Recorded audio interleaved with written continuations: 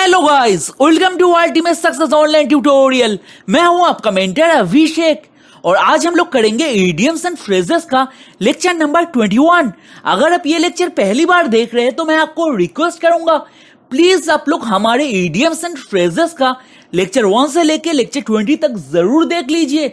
आपके exam point of view के लिए बहुत ही ज्यादा इंपॉर्टेंट है और मैं आपको गारंटी देके बोलता हूं 90% के ऊपर चांसेस है कि जो इडियम्स एंड फ्रेजेस का लेक्चर मैं दे रहा हूं इसमें से आपको एग्जाम में कॉमन है। प्लीज मिस मत करना। अगर चैनल में नए हो तो प्लीज चैनल को सब्सक्राइब कर लो एंड नोटिफिकेशन बेल को दबा दो ताकि आप लोग आगे कोई भी इंपॉर्टेंट लेक्चर मिस ना करो। और मैं आपको एक चीज प्रॉमिस किया हूं कि मैं आपको इडियम्स एंड फ्रेजेस ऐसे ट्रिक्स के साथ सिखाऊंगा कि आपको कोई भी इडियम्स रट्टा मारने की जरूरत नहीं पड़ेगा। हर एक इडियम्स आपके दिमाग में छप जाएगा, बस आपको मेरे साथ इमेजिन करना है। तो चलो शुरू करते हैं आज का लेक्चर। सो गाइस, आज का हमारा पहला एग्जाम्पल है burn in the oven. Burn in the oven इसका मतलब क्या होता है? टू बी प्रेग्नेंट और एक्सपेक्टिंग ए बेबी। प्रेग्नेंट हो जाना, इसको आपको कैसे याद रखना है तो सोचो। Burn in the oven, oven के अंदर बर्न, तो ओवन के अंदर अगर आपको बर्न बनाना है तो क्या करना पड़ेगा? सोचो, पहले मैदा या आटा डालोगे, बेकिंग सोडा डालोगे, नमक वगैरह डालोगे, फिर तो बनेगा ना बन। ओवन के अंदर पहले तो डालना पड़ेगा ना। सिमिलरली अब एक मदर के साथ कंपेयर करो, एक मदर के साथ कंपेयर करो। बच्चा कैसे बनता है? जो पूरा मतलब मम्मी का जो पेट होता है ना जिसपे बच्चा बनता है, उसको आप मान लो एक ओवन, उसको आप मान लो एक ओवन जिसके अंदर बच्चा पैदा होता है। तो बच्चा पैदा करने के लिए क्या करना पड़ता है? स्पर्म को भेजना पड़ता है। तो जब स्पर्म जाता है अंदर तो किसके साथ फ्यूज होता है? ओवम के साथ फ्यूज होता है। तो ओवम के साथ जब फ्यूज होता है तो क्या बनता है? बच्चा बनता है। जैसे ओवन के अंदर आप मैदा डालोगे, आटा डालोगे, ऐसे मम्मी के पेट के अंदर क्या डालना पड़ता है? जो मतलब मदर बनने वाली होते है उसके पेट में क्या डालना पड़ता है? स्पर्म डालना पड़ता है। वो जब ओवम के साथ फ्यूज होता है तो बनता है बेबी। नहीं तो आप ऐसे भी सोच सकते हो, burn in the oven, oven and ovum, oven and ovum. तो इससे आप कनेक्ट कर सकते हो। ओवम के साथ जब स्पर्म कनेक्ट होता है तो बनता है बेबी, टू बी प्रेग्नेंट। ठीक है, दो तरह से सोच सकते हो। Burn in the oven, oven के अंदर बर्न तैयार होता है। सिमिलरली एक माँ के पेट के अंदर एक बच्चा तैयार होता है। समझ में आ गया? जब स्पर्म के साथ ओवम कनेक्ट होता है, दिमाग में घुस गया, तो बर्न इन द ओवन का मतलब क्या हो गया? टू बी प्रेग्नेंट और एक्सपेक्टिंग ए बेबी। तो चलो नेक्स्ट देखते हैं। सो गाइस, आज का हमारा नेक्स्ट एग्जाम्पल है feather one's own nest. Feather one's own nest इसका मतलब क्या होता है? To earn by unfair means cheat करके पैसा कमाना, गलत तरीके से पैसा कमाना। तो इस चीज को आपको कैसे याद रखना है? Feathers once own nest. तो पहले हम लोग पढ़े हैं फेदर्स क्या होता है। जो लोग बहुत अच्छा काम करते हैं उन लोगों को सर पे फेदर्स दिया जाता है। फेदर्स एक रिस्पेक्ट का सिंबल होता है, एक रॉयल्टी का सिंबल होता है। तो ये क्या बोल रहा है? Feather one's own nest. Feather अपने घर पे लेके आ रहा है। नेस्ट मतलब क्या है? घोंसला। फेदर अपने घोंसले में लेके आ रहा है। फेदर अपने घोंसले पे लेके आ रहा है। फेदर क्या होता है? एक रॉयल्टी होता है, एक प्रेस्टिजियस चीज होता है। कोई भी प्रेस्टिजियस चीज का क्या होता है? बहुत वैल्यू होता है। कोई भी प्रेस्टिजियस चीज का क्या होता है? बहुत वैल्यू होता है। तो सोचो, कोई फेदर लेके अपने नेस्ट पे रख रहा है, कोई फेदर लेके अपने नेस्ट पे रख रहा है, मतलब क्या है? पैसा तो कमा रहा है, पैसा तो लेके आ रहा है, बट गलत तरीके से ला रहा है। जैसे फॉर एग्जाम्पल विजय माल्या। विजय माल्या के बारे में तो आपको पता ही है ना। विजय माल्या ने क्या किया था? बोलो क्या किया था? सब नीचे कमेंट करना, मैं देखना चाहता हूं आप लोगों को पता है या नहीं पता है। आई होप ये चीज आपके दिमाग में छप गया। फेदर्स एक प्रेस्टिजियस चीज होता है, कॉस्टली चीज होता है जो किसी को दिया जाता है इन टर्म्स ऑफ रिस्पेक्ट। कोई अगर उस फेदर को अपने घर पे ला रहा है, अपने नेस्ट पे रख रहा है, मतलब वो पैसा तो कमा रहा है बट गलत वे में कमा रहा है। समझ में आ गया? तो चलो नेक्स्ट देखते हैं। एंड विजय माल्या ने क्या अनफेयर मीन्स किया है नीचे कमेंट करके बोलो। तो चलो देखते हैं नेक्स्ट। सो गाइस, आज का हमारा नेक्स्ट एग्जाम्पल है a fit of blue. A fit of blue इसका मतलब क्या होता है? टू बिकम एक्सट्रीमली एंग्री, बहुत गुस्सा हो जाना, बहुत गुस्सा हो जाना। इसको कैसे याद रखना है? ब्लू पहले हम लोग पढ़े हैं ना, अगर पीछे ब्लू रहता है तो इसका मतलब क्या होता है? बहुत दुखी, डिप्रेस्ड ऐसे हो जाना, दुखी डिप्रेस्ड हो जाना। पढ़ा हूं, ठीक है। अब लाइन को अच्छी तरह से पढ़ो। ए फिट ऑफ ब्लू, लास्ट में हम लोग पढ़े थे क्या, in the blue, in the blue मतलब ब्लू के अंदर घुस गया, मतलब एकदम दुख में घुस गया, फीलिंग वेरी सैड, ठीक है। बट अब क्या है, a fit of the blue, blue मतलब क्या होता है, दुखी हो जाना, डिप्रेस्ड हो जाना, ठीक है। अब उसके साथ पहले लिखा है फिट, फिट के साथ आप कनेक्ट करो फाइट को, fit fight, fit fight, fit fight, connect हो रहा है, सोचो कनेक्ट हो रहा है, तो फाइट ऑफ द ब्लू सोचो। ए फिट ऑफ द ब्लू को आप कनेक्ट कर सकते हो फाइट ऑफ द ब्लू, तो फाइट दुख के साथ, फाइट दुख के साथ। तो एक सिचुएशन देता हूं, सोचो आपके गर्लफ्रेंड ने आपको धोखा दिया, आपके गर्लफ्रेंड ने आपको धोखा दिया, पहले क्या लगेगा, दुख तो होगा, ब्लू, मैंने तेरे लिए इतना किया, तूने फिर मेरे को धोखा दिया। फिर एक चीज आएगा, क्या आएगा, गुस्सा, इतना करने के बाद तू मेरे को धोखा दिया, इतना हिम्मत, आएगा या नहीं आएगा, आएगा या नहीं आएगा। जैसे कुछ दिन पहले रोडीज में देखा था ना, इस माई चॉइस वाला जो हुआ था, इस हार चॉइस वाला जो नया दुपिया का जो वायरल हुआ था, ये तो याद है ना, वो केस याद कर लो। तो फिट ऑफ द ब्लू, समझ में आ रहा है, fit of the blue, fit को फाइट कर लो, ऑफ द ब्लू, आपके गर्लफ्रेंड ने आपको धोखा दिया, पहले बुरा लगा फिर गुस्सा हो गए, टू बिकम एक्सट्रीमली एंग्री, दिमाग में छप गया। तो चलो नेक्स्ट देखते हैं। सो गाइस, आज का हमारा नेक्स्ट एग्जांपल है a grey area. A grey area, इसका मतलब क्या होता है, a situation of subject that is not clear और understood and that nobody knows how to deal with it. ऐसा कोई सिचुएशन ऑफ सब्जेक्ट जिसके बारे में किसी को कोई क्लियर आइडिया नहीं है, लोगों को पता ही नहीं है ऐसे सिचुएशन के साथ कैसे डील करना है, तो इसको कैसे याद रखना है। तो सबसे पहले अपने दिमाग में लाओ ग्रे कलर, सबके दिमाग में आना चाहिए ग्रे कलर। ग्रे कलर कैसा होता है दिखने में, ब्लैक कलर को जब आप हेजी बना दोगे तो बनेगा क्या, ग्रे कलर। ब्लैक कलर को जब आप हेजी बना दोगे तो बनेगा क्या, ग्रे कलर।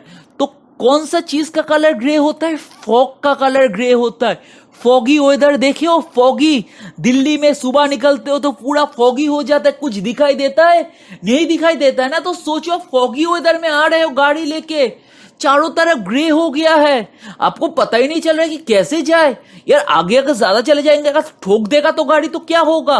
मतलब ऐसे सिचुएशन जो कुछ क्लियर ही नहीं है, पूरा ग्रे हुआ है चारों तरफ, मतलब पूरा फॉगी हो चुका है।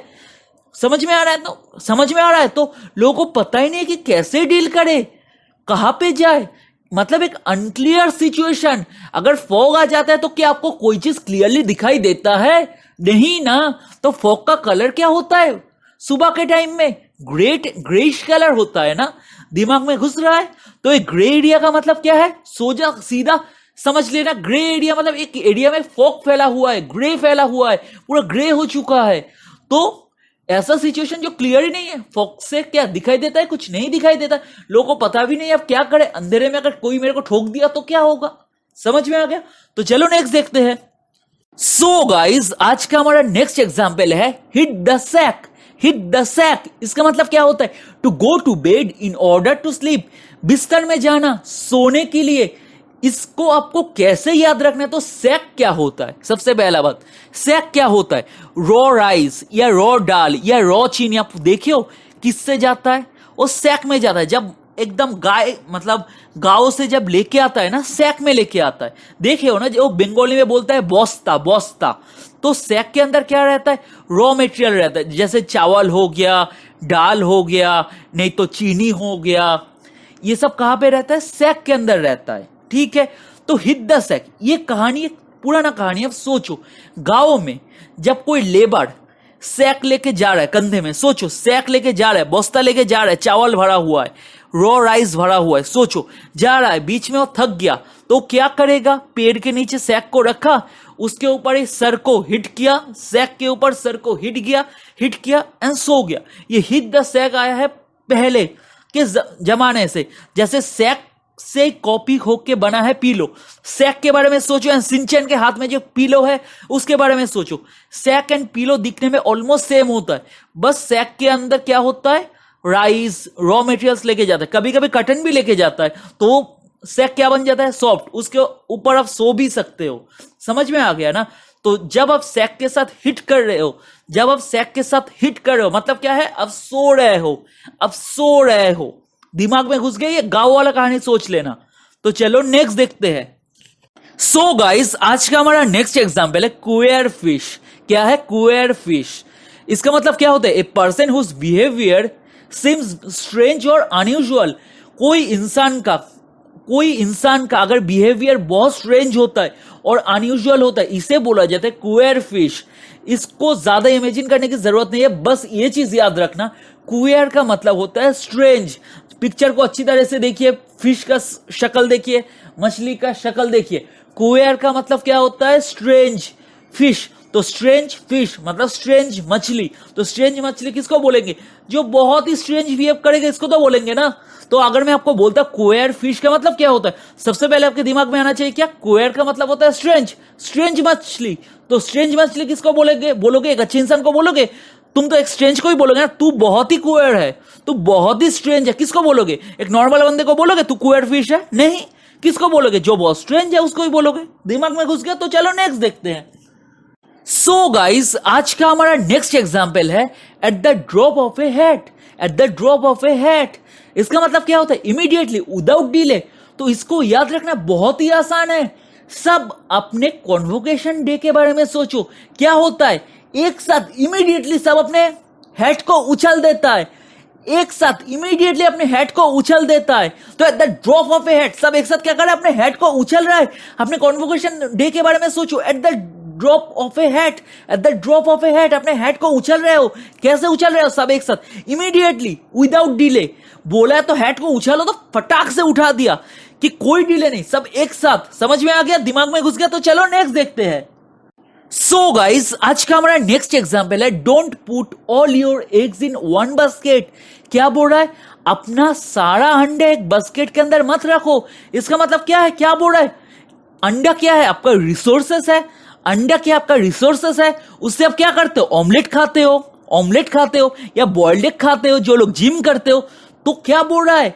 अपना जितना भी रिसोर्सेस है एक साथ एक बास्केट के अंदर मत रखो। क्या बोल रहा है? Don't put all your eggs in one basket. मतलब क्या है? Don't put all your resources in one basket. तो इसका और एक चीज आ सकता है, put all your eggs in one basket. तो क्या होगा इसका मतलब? Put all your resources in one basket. तो इस इधर एग्स का मतलब क्या हो रहा है? रिसोर्सेस। एकदम प्रैक्टिकली सोच लेना। Don't put all your eggs in one basket. क्या बोल रहा है? तुम्हारे पास जितना भी रिसोर्सेस है, जितना भी अंडा है, एक साथ मत रखना, काम खत्म। अगर बास्केट गिर गया तो सब अंडे एक साथ टूट जाएगा। समझ में आ गया? तो चलो नेक्स्ट देखते हैं। सो गाइस, आज का हमारा सेकंड लास्ट एग्जांपल है devil's advocate. Devil's advocate. So कोई मीनिंग मत देखना। डेविल्स एडवोकेट को हिंदी में क्या बोलेंगे? शैतान का लॉयर। शैतान का लॉयर। सबसे पहला बात, आप मेरे को एक बात बोलो, शैतान आप किसको बोलोगे? जब आपके पास कोई प्रॉपर प्रूफ होगा कि ये शैतान है। सही। ऐसे ही तो किसी को जाके नहीं बोलोगे कि तू शैतान है, तू शैतान है, तू शैतान है। नहीं, जब आपके पास प्रॉपर प्रूफ रहेगा तभी तो बोलोगे ना कि ये शैतान है। तो शैतान एक लॉयर लेके आया। शैतान एक लॉयर लेके आया। तो क्यों लेके आएगा शैतान अपने लॉयर? कि उसको अच्छा ही प्रूफ कर पाए।